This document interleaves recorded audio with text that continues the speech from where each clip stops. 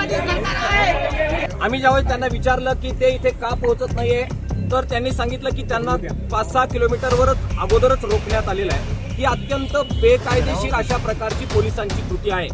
लोकशाहीमध्ये अशा प्रकारे एखाद्या शहरामध्ये लोकशाही पद्धतीनं येण्यास कोणतेही पोलीस अशा प्रकारे प्रतिबंध करू शकत नाहीत। विशेषतः कोणत्याही गुन्हेगारी पार्श्वभूमी नसणाऱ्या, वैचारिक असणाऱ्या माणसाला असं रोखणं हे महाराष्ट्रामध्ये अत्यंत निषेधार्ह आहे। आम्ही सगळेजण त्याचा निषेध करतोय। पोलिसांनी धमकी दिलेली आहे, तिथे येऊन आमच्या समोर, आम्ही सगळ्या नेत्यांसमोर दिली आहे, 10 मिनिटांमध्ये हे सगळं थांबवा, नाहीतर आम्ही पाहिजे ते करू। मोगलाई मारली आहे का, दादागिरी आहे का, कशा प्रकारचा शब्द तुम्ही वापरताय? मला असं वाटतं की हे पोलिसांचं वर्तन हे अत्यंत निषेधार्ह आहे, लोकशाहीला काळिमा फासणार आहे। मुख्यमंत्री देवेंद्र फडणवीसांना आम्ही आवाहन करतोय की तातडीने त्यांनी हस्तक्षेप करावा।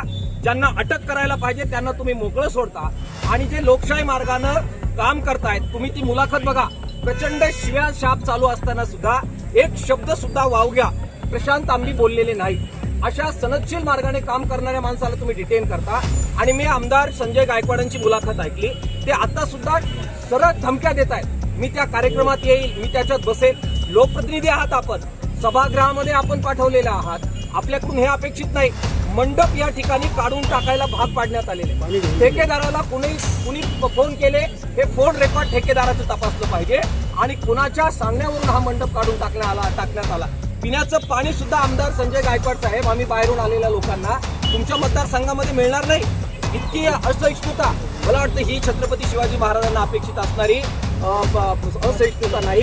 लोकशाही मार्गाने या, आम्ही चर्चा करू, तुमचं काय चुकलं, आमचं काय चुकलं, चर्चा होईल, पण लोकशाही मार्गाने तुम्ही सभागृहाचे प्रतिनिधी आहात, तुम्हाला हे शोभत नाही। छत्रपती शिवाजी